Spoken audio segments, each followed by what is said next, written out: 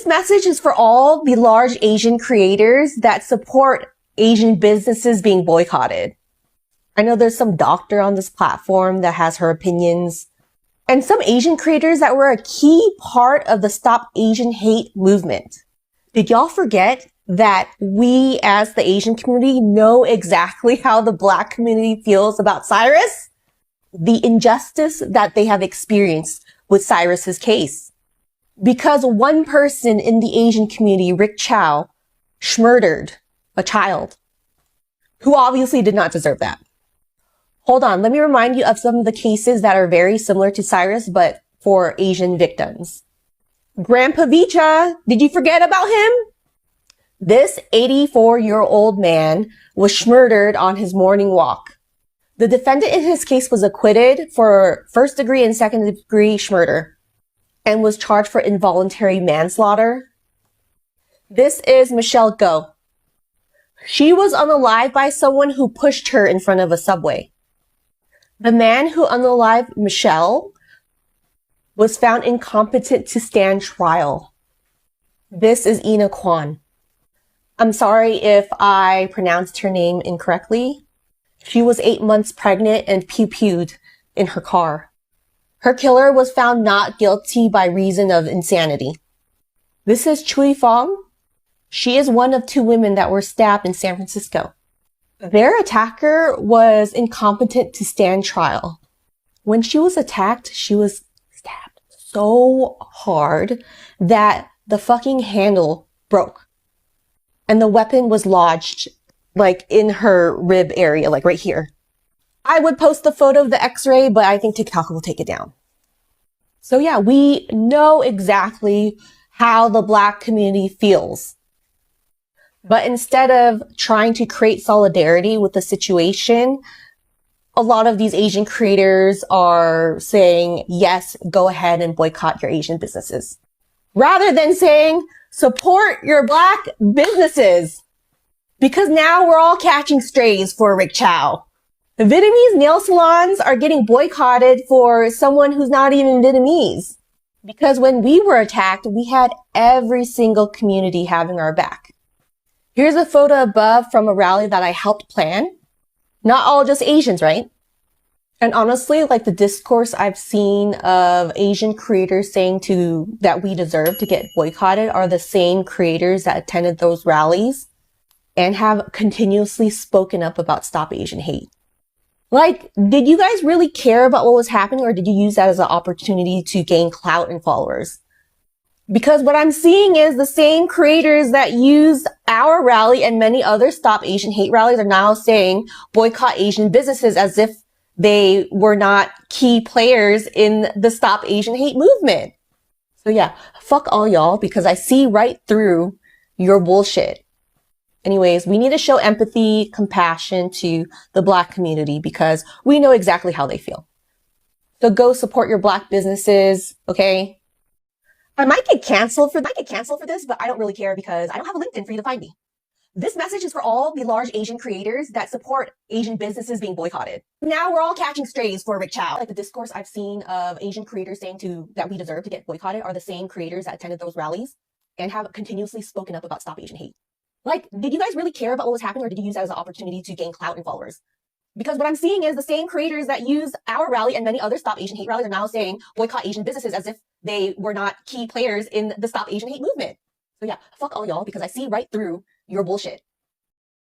I don't care what race you are, you cannot police one community on how they should spend their dollars and who they should spend their dollars with. Now, with that being said, it seems like these Asian businesses, this Asian relationship in Black American communities is very predatorial and it's not transactional, because if you go to a Koreatown, if you go to a Japanese town, if you go to a China town, there's no Black American businesses in those areas or that community. And we could go on in any other community, a Ethiopian district, a African town. They have African towns. There's no Black American businesses in none of these sections, right? But you have their businesses all throughout Black American communities. So once again, this seems like a very predatorial relationship. She goes on to say, well, you know, these businesses was the ones that funded to stop the Asian hate movement. No, indirectly, whether Black Americans was out there protesting side by side with Asians or not, your Black American dollars funded this stop the Asian hate movement.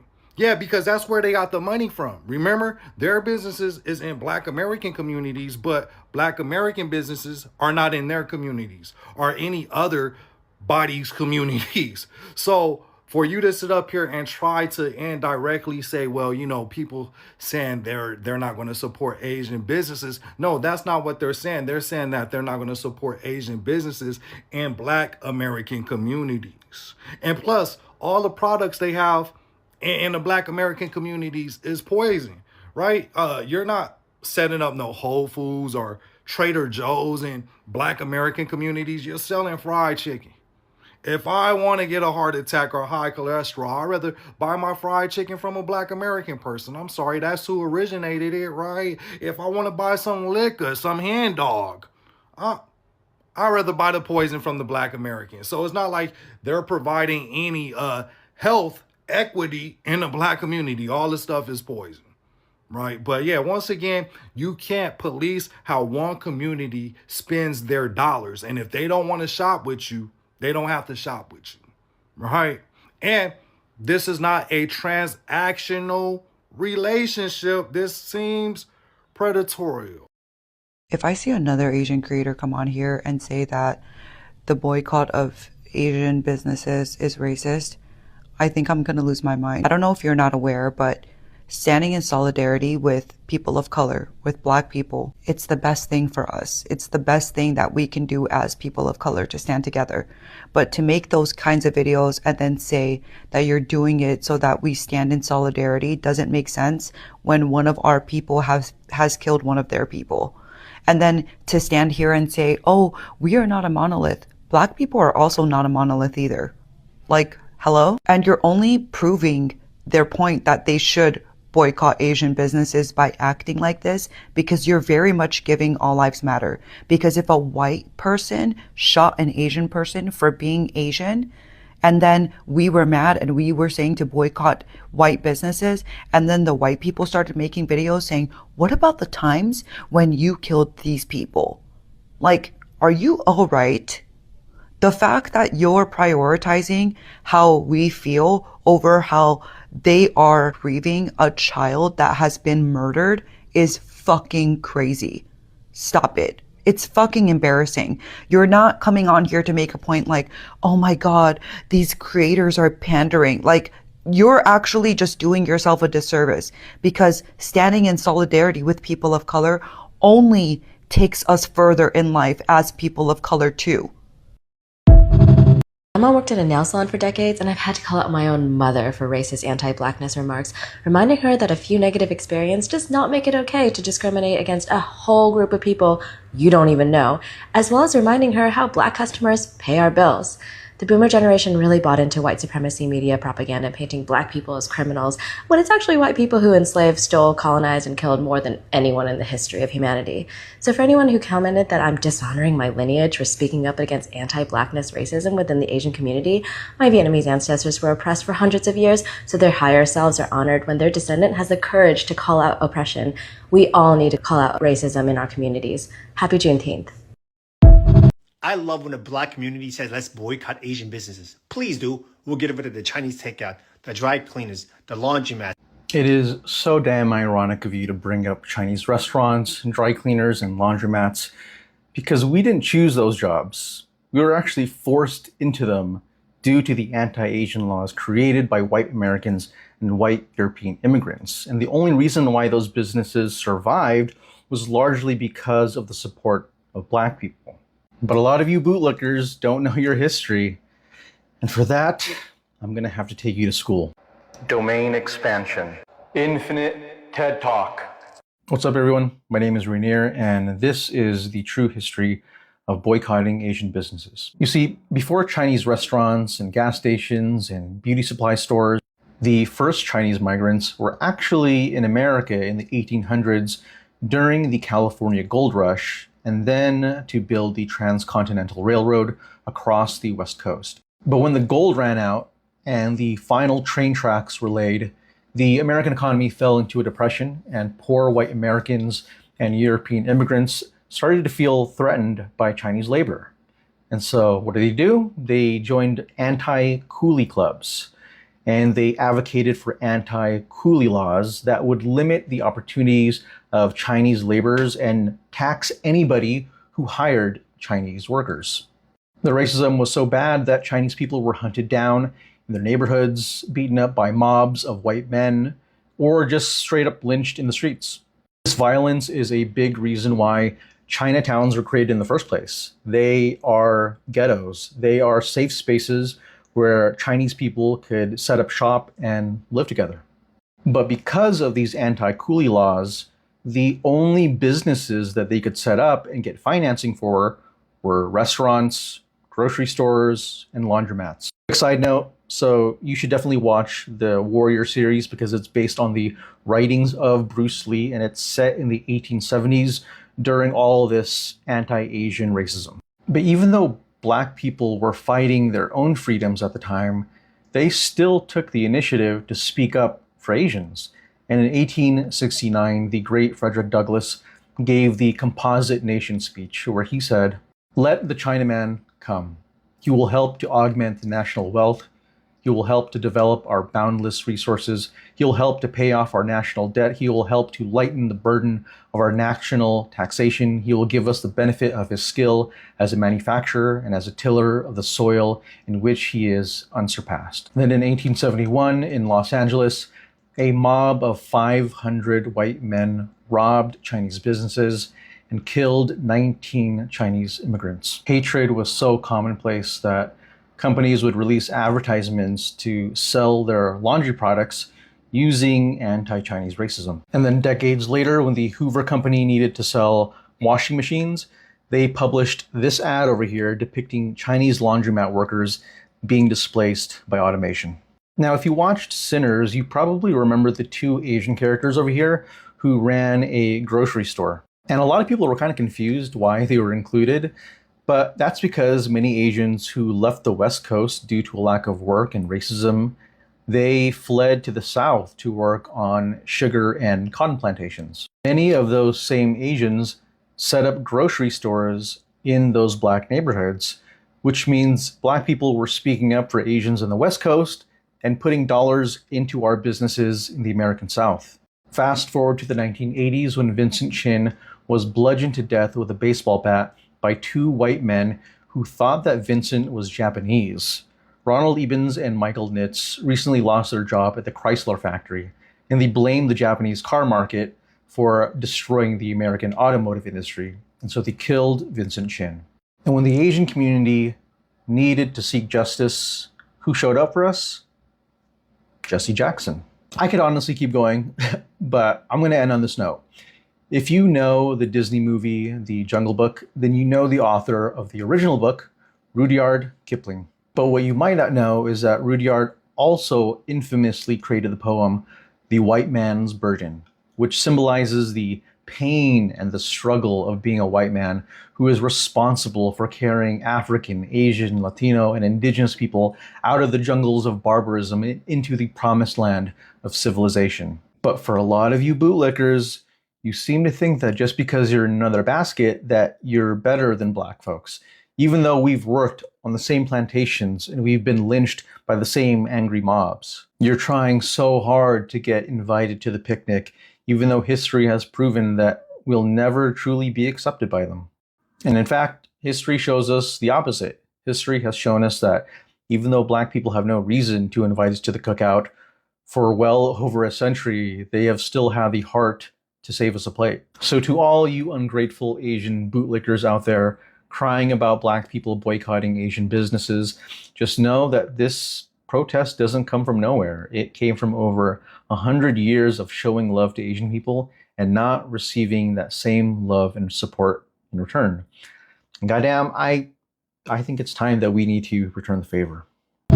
All right, I guess we're doing this. I've made a couple of videos on my thoughts on this whole situation of discrimination against Black folks from Asian people as a mixed person who was born in Korea lived there till the age of 12 until I got adopted by white people in the Midwest, white evangelicals from West Michigan, and then found my real dad the year I turned 50, which changed my life.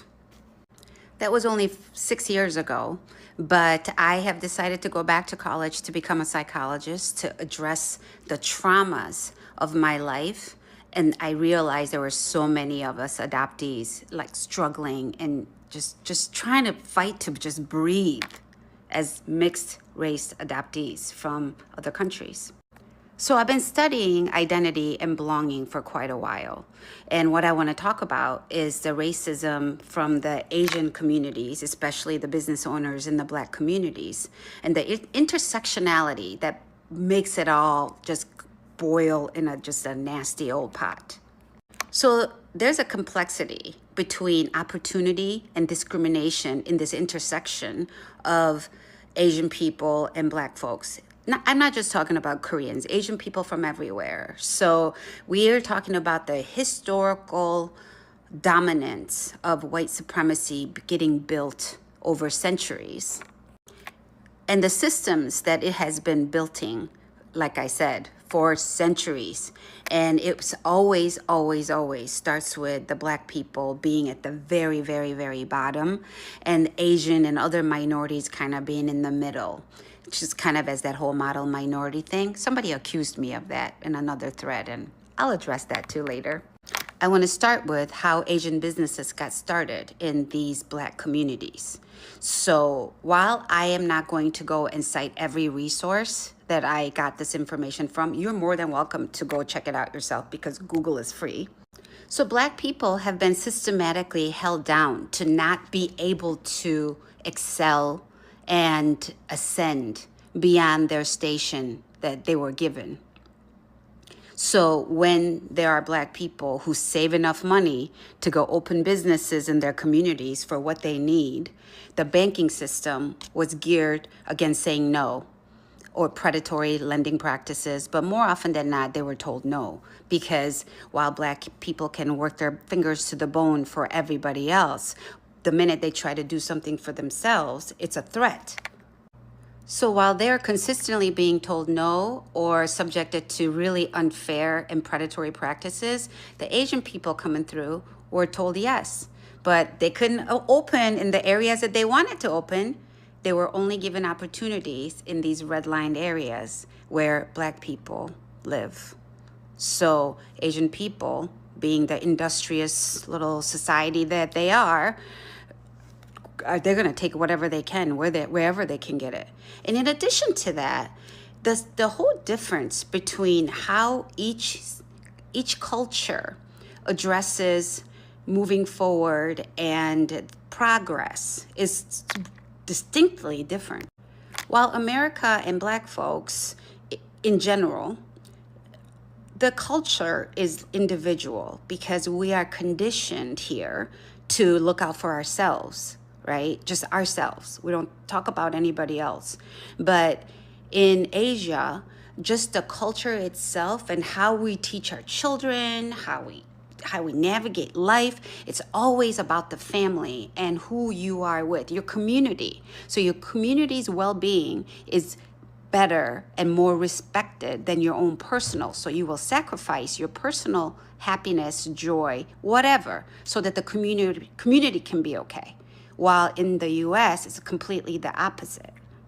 So Asian communities, even when they don't get the loans from the bank, they get together and they pool their money. Have you heard of the Hui system, which is HUI? It's where they gather money and pour it all into one person to open a business, buy a house or whatever. And then when that person is set up, and then they all get together and do it for the next person, and they take turns doing that until everybody is doing okay. We don't do that in the Black communities as much because I'm sure there are some going on, but we don't notice it as much because Black people are conditioned to not trust anyone and to only look out for themselves. which puts them in another deeper set of despair and unfair practices. So the racial hierarchy is perpetuated throughout generations. And human nature, it just dictates that we stay where we feel safe. We stay where we feel like we have the opportunity. We stay where we feel like we have an edge over somebody else. And in the Asian community, they've always had an edge over Black folks.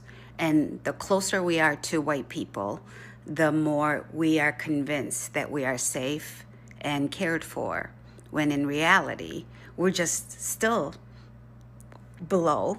We're still like a pet almost, but the pet that gets to live in the house. Don't let me get started on the Asian women fetish the men have. So when we put the intersectionalities, all of it together, the system was built for us to hate each other. The system was built for us to think that we need to blame one another for what's not good in our life and what bad stuff that happens, when it was really perpetuated by white supremacy. So I'm gonna make more. So let's continue the conversation, because it's fucking hate this comment. They think that we want to be white when we take even a slightly pro-white stance. Not that we want to be white, we just respect white men's achievements. We respect their contributions towards science, technology, philosophy, history. As a Mongolian, I respect their conquest and exploration. This has to be the most pathetic thing I've ever seen in my life. I guess it's time for me to go on a G-side committing spree, on a conquering spree. Because that's what it takes to be respected. These people this clown respects the most savage type of human. Bro, this fool said pro-white, bro.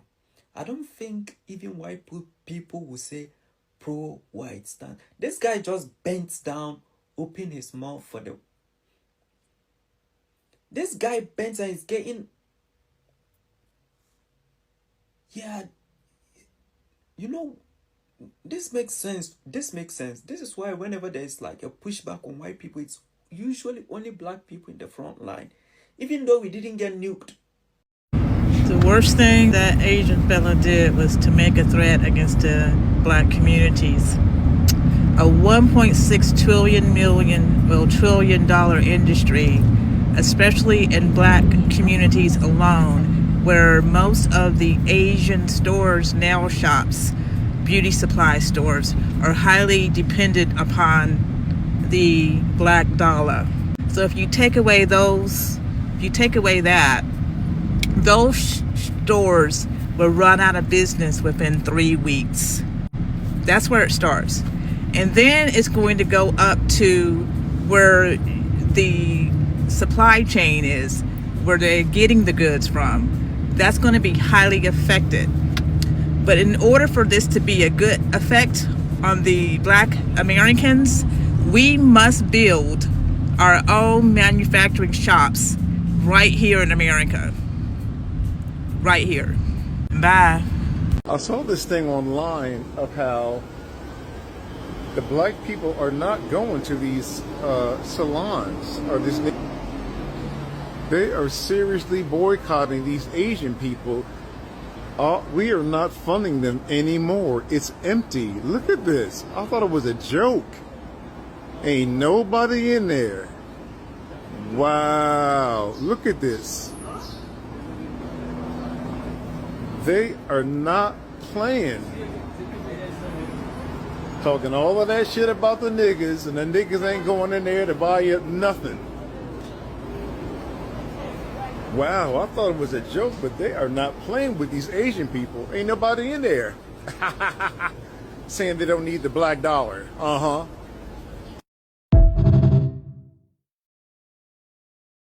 Hey guys, hopefully y'all are having a good day. So I wanted to talk to you guys about something real quick. Also keep in mind that, again, if I'm talking slower than usual, it is because I'm trying not to swear or curse. For those of you that know, good. For those of you that don't, you know what I'm saying, and don't care, feel free to play with the playback speed, you know what I'm saying? That way it's like good for you. So I saw a video online, and forgive me because I don't know all the details, okay? I'm human, and at the end of the day, like, I still have a life to live, okay? A very busy life. Not that it's a complete excuse for ignorance, but, you know, we're trying here to where I think Black people, you know what I'm saying, are boycotting, like, Asian businesses, all Asian businesses. If you want to sit here and drop, you know, any information that you have on it, feel free to. Just don't be disrespectful or make an ass out of yourself, okay? Because I don't need that shit. Oops. And obviously, like, Asian people, you know what I'm saying, are clapping back. They're kind of like, hey, you know, that's not fair. You know what I'm saying? Like, it's not all Asians, you know what I'm saying? Like, we can't help that man just so happened to do it, and he just so happened to be Asian. You know what I'm saying? And I'm kind of like on the same train as them.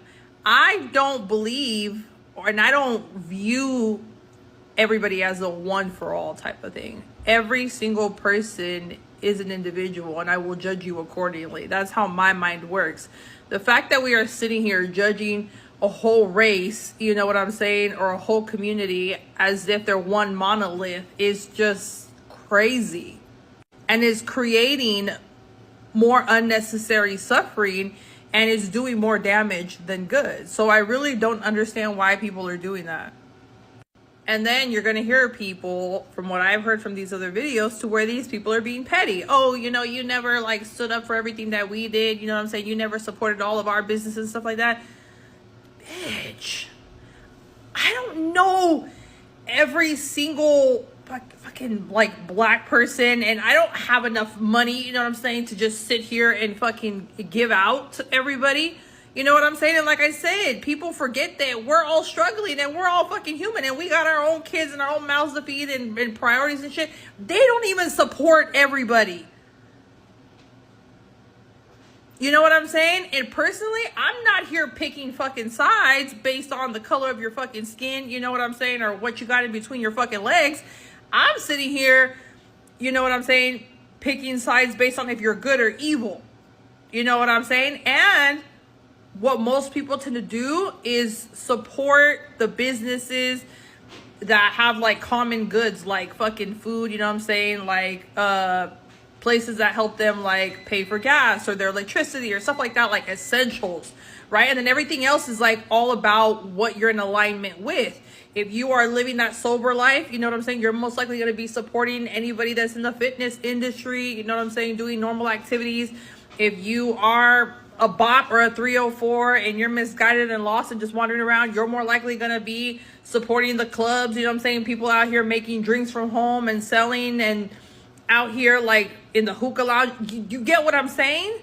And it's okay, because that's your money and you worked hard for it, and eventually it makes its way around. Money is like so dirty, and it's constantly like, you know what I'm saying, going from one person's hand to another, and just like that. That's the economy.